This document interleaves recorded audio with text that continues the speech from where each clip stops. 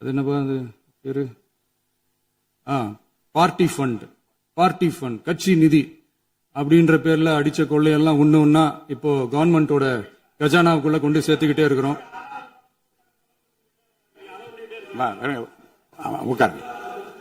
மாண்புமிகு முதல்வர்கள் பதில் உரைக்கு பிறகு முதல்வர் பதிலுக்கு பிறகு நேரம் தர அப்ப பேசட்டும், அவங்க பேசட்டும், அவங்கள பேச அனுமதி.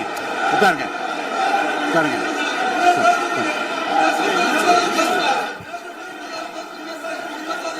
மாண்புமிகு அலோவ் பண்றேன் உட்காருங்க. மாண்பு உறுப்பினர்கள் நீங்க இங்க உட்காருங்க, அமைதியா உட்காரு, நீங்க எல்லாம் உட்காருங்க. உட்காருங்க. மாண்புமிகு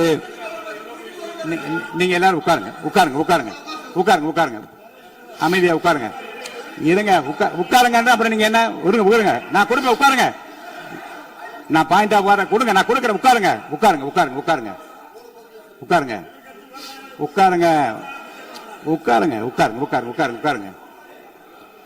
மாண்புமிகு முதல்வர் அவர்கள் கோர்வையாக நிதானமாக சொல்லிக்கொண்டே இருக்கிறார். நீங்க குறிப்பெடுத்து வைத்துக் கொள்ளுங்கள். பேசி முடித்தவுடன் நான் உங்களுக்கு அவகாசம் தருகிறேன். நீங்க ஒண்ணு சொல்லுங்க, என்ன என்பது நீங்க சொல்லுங்க. உங்க சொல்லுகிற வாய்ப்பை நான் உங்களுக்கு தருகிறேன். இப்போது மாண்புமிகு முதலமைச்சர் உங்கள் உரையை தொடரலாம்.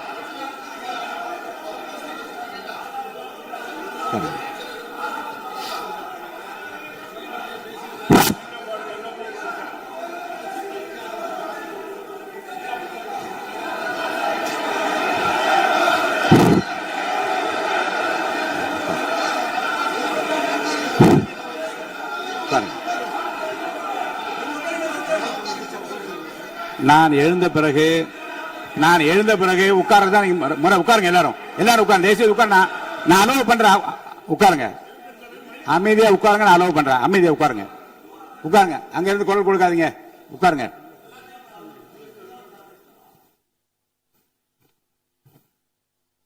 இனிமையான இந்த விவாதத்தில்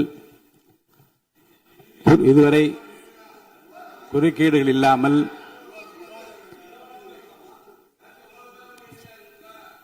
கொஞ்சம் அமைதியா இருங்க. மாண்புமிகு முதல்வர் அவர்கள் பேசி முடித்தவுடன் பாயிண்ட் ஆஃப் ஆர்டர் கேட்டிருக்கேன், நான் அனுமதிக்கிறேன். எதிர்கட்சி தலைவருக்கு மட்டும் நான் அனுமதி தருகிறேன். அவர் எழுந்து பேசலாம். மாண்பு முதலமைச்சர் நீங்க கண்டினியூ பண்ணி முடிக்கலாம். நீ எல்லாரும் எழுந்துச்சீங்கன்னா சரி வராது. உட்காருங்க, நான் சொல்லியிருக்கேன். உட்காருங்க.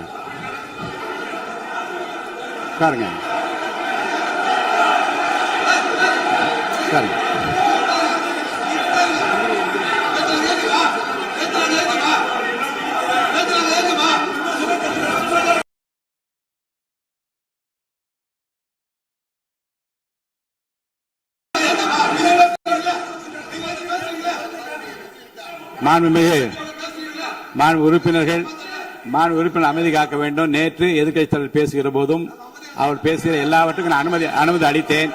அதுல பாயிண்ட் ஆஃப் கேளுங்க, அந்த விவாதத்தில் கேளுங்க. இப்போதும் மாண்புமிகு முதலமைச்சர் அவர் பேசி முடித்த பிறகு நான் உங்களுக்கு அதுக்குரிய அவகாசத்தை தருகிறேன். நீங்க கேள்வி கேளுங்க. கேட்கிற உரிமையும் விளக்கத்தை பெற்றுக்கொள்ள உரிமை உங்களுக்கு இருக்கிறது. அதற்கு அவகாசம் நான் தருகிறேன்.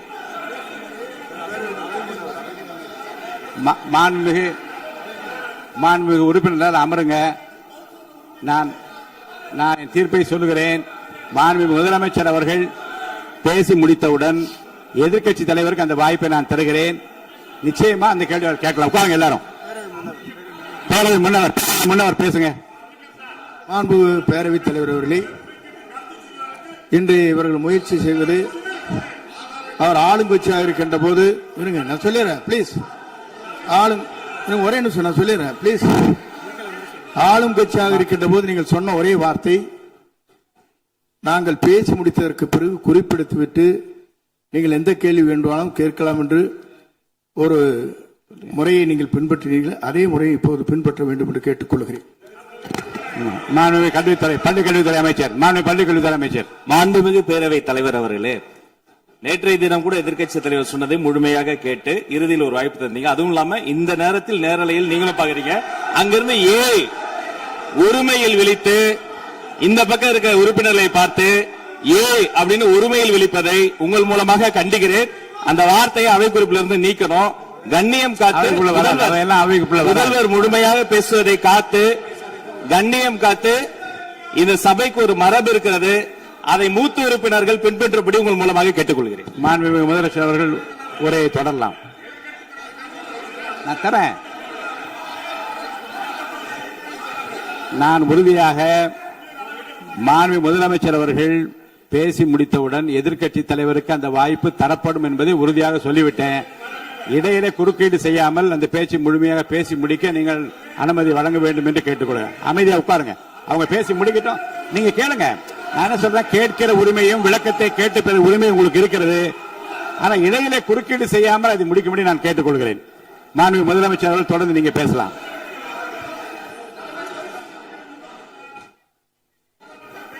எதிர்க்கட்சி தலைவர் அவர்கள் உங்கள் கட்சியினுடைய உறுப்பினரை அமைதிப்படுத்த வேண்டும் என்று நான் கேட்டுக்கொள்கிறேன். உங்களுக்கு வாய்ப்பு தரவில்லை என்றால் அவர் ஏன் நிற்பதில் நியாயம் இருக்கிறது. வாய்ப்பு தரப்போகிறேன். மாண்புமிகு முதலமைச்சர் அவர்கள் பேசி முடித்தவுடன் உங்களுக்கு வாய்ப்பு தரப்படும்.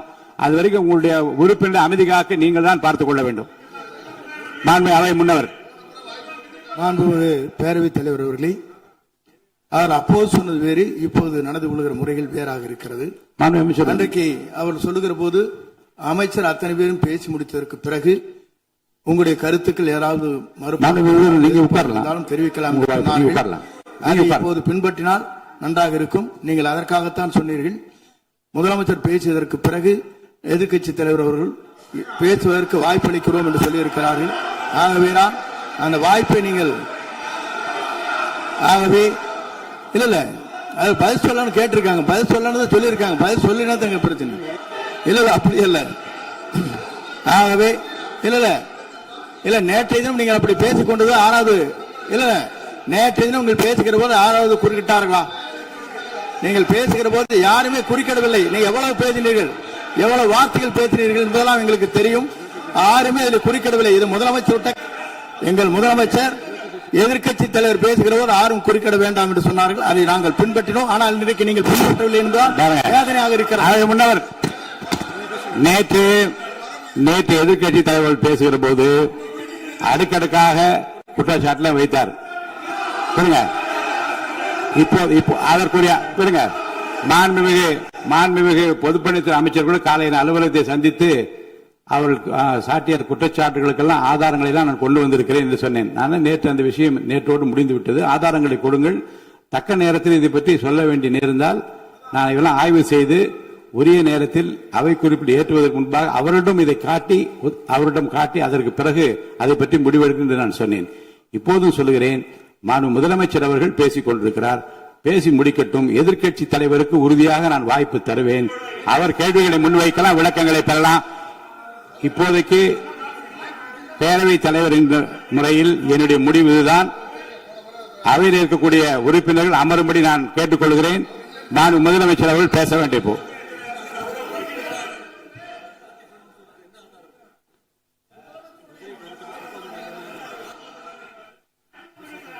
மாண்புமிகு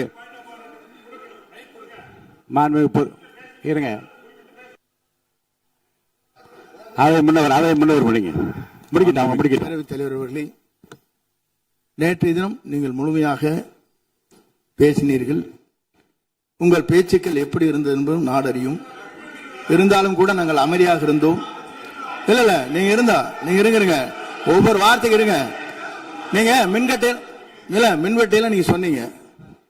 உங்களுடைய முன்னாள் அமைச்சர் ஆற்காடு வீராசாமி இருக்கிற போது மின்வெட்டால் தான் நாங்கள் ஆட்சியே மாறியது என்றெல்லாம் சொன்ன கதையெல்லாம் இருக்கு. அதெல்லாம் சொன்னோம்னாங்க.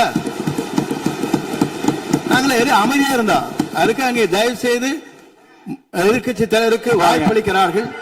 அந்த வாய்ப்பை நீங்கள் அவர் முதலமைச்சர் பேசுவதற்கு பிறகு பேசினால் அழகாக இருக்கும். அவை முன்னர் பள்ளிக் கல்வித்துறை அமைச்சர். மாண்புமிகு பேரவைத் தலைவர் அவர்களே, அவர் ஒரே ஒரு வார்த்தையை தான் சொன்னார்.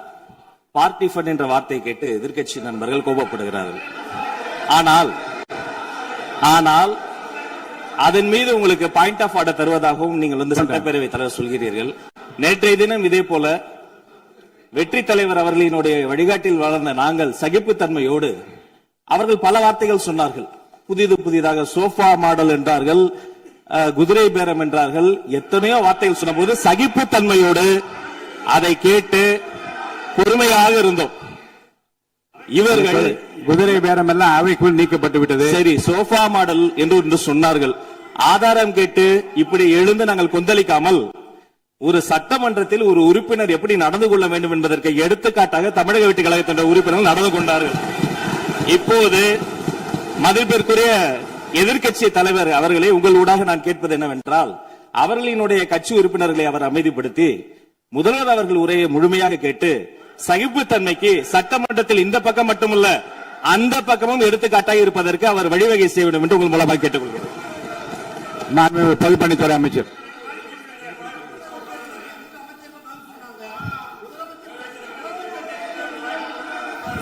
மாண்புமிகு பேரவைத் தலைவர் அவர்களே, திராவிட முன்னேற்ற கழகம் முதல் நாளில் இந்த சபையுடைய மரபையும் பாரம்பரியத்தை பற்றியும் நமக்கு வகுப்பெடுத்தார்கள். அந்த மரபுப்படி எங்களுடைய தலைவருடைய வழியில் இந்த சட்டசபையுடைய நிகழ்வுகளில் நாங்கள் கலந்து கொண்டிருக்கிறோம். நேற்று எதிர்க்கட்சி தலைவர் பேசும்பொழுது எவ்வளவோ வார்த்தைகள் உண்மைக்கு புறம்பாக சட்டத்திற்கு எதிராக ஒரே நிமிஷம் பேசுறேன். சட்டத்திற்காக பேசும்பொழுது நாங்கள் அமைதியாக இருந்தோம். ஒரு 2-3 முறை தான் அவரு பேசும்போது மினிஸ்டர்கள் நின்னாங்க. ஆனா இன்னைக்கு மாண்புமிகு முதலமைச்சருடைய முதல் உரை, கடந்த 4 நாட்களாக திராவிட முன்னேற்ற கழகம் முதலமைச்சர் ஏன் பேசலன்னு சொல்லிட்டே இருந்தாங்க. இன்னைக்கு பேச ஆரம்பிச்ச உடனே அவர் சொன்ன வார்த்தை பார்ட்டி ஃபண்ட் சொன்னார். எந்த பார்ட்டின்னு சொல்ல, ஆனா அந்த வார்த்தைகள் சொல்லி முடிஞ்ச உடனே எதற்காக முதலமைச்சருடைய பேச்ச இவங்க குறுக்கிறாங்கன்னு தெரியல. நீங்கள் சொன்னதுபடி முதலமைச்சர் பேச வேண்டும். பேசிய பின்பு கருத்துகளுக்கு பதிலளிக்க அவர்கள் பதிலளிக்கும், நாங்களும் பதிலளிக்க தயாராக இருக்கிறது பதிவு பண்றோம். மாண்பு முதலமைச்சர் அவர்கள்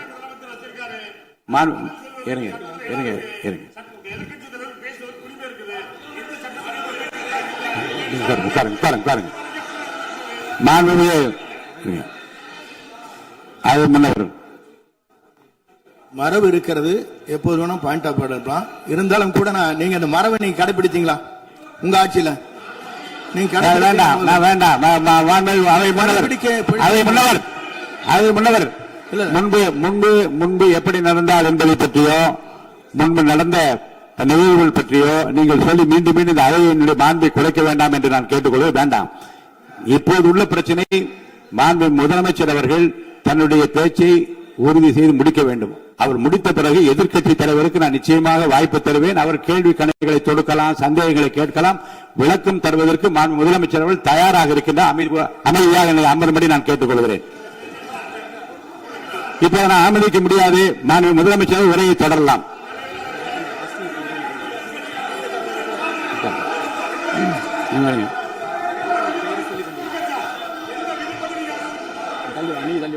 மாண்புமிகு உறுப்பினர் ஆஸ்தின் உங்க இடத்துல போய் உட்காருங்க. மாண்பு உறுப்பினர் ஆஸ்தின், நீங்க ஒரு மூத்த உறுப்பினர், சபை விதிகளை நன்கு தெரிந்த ஒரு உறுப்பினர், நீங்க போய் இடத்துல உட்காருங்க. முதல்ல மாண்புமிகு முதலமைச்சர் அவர்கள் உரையை தொடரலாம். இப்போது எந்த விதமான பாயிண்ட் ஆஃப் ஆர்டர்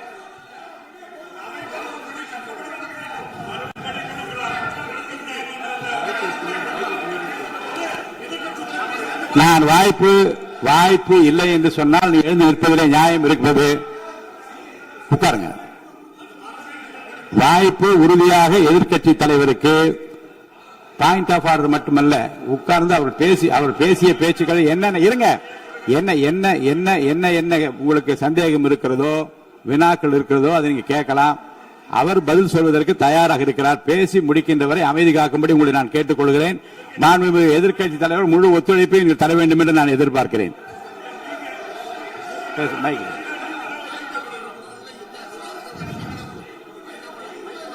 கொடுங்க மைக் கொடுங்க. மாண்புமிகு எதிர்க்கட்சி தலைவர் பேரவைத் தலைவர் அவர்களே, நீங்க உட்காருங்க. நேற்று நான் பேசும்போது சில அமைச்சர்கள் குறுக்கிட்டு பேசினாங்க, அதற்கு நீங்க அனுமதி கொடுத்தீங்க. அதே மாதிரி இன்னைக்கு முதலமைச்சர் பேசும்போது சில வார்த்தைகள், தவறான வார்த்தைகள் பேசுறாரு. அவர் பார்ட்டி ஃபண்ட் அப்படின்னு சொல்லியிருக்கிறாரு. அவர் அமைச்சர் அந்த பார்ட்டி ஃபண்ட் எந்த பார்ட்டின்னு கூட சொல்ல தைரியம் இருந்தா சொல்லுங்க, நாங்க அதெல்லாம் ஃபேஸ் பண்ண தயாரா இருக்கோம். எதையும் ஆதாரத்தோடு எதையும் பேசுங்க. நீங்க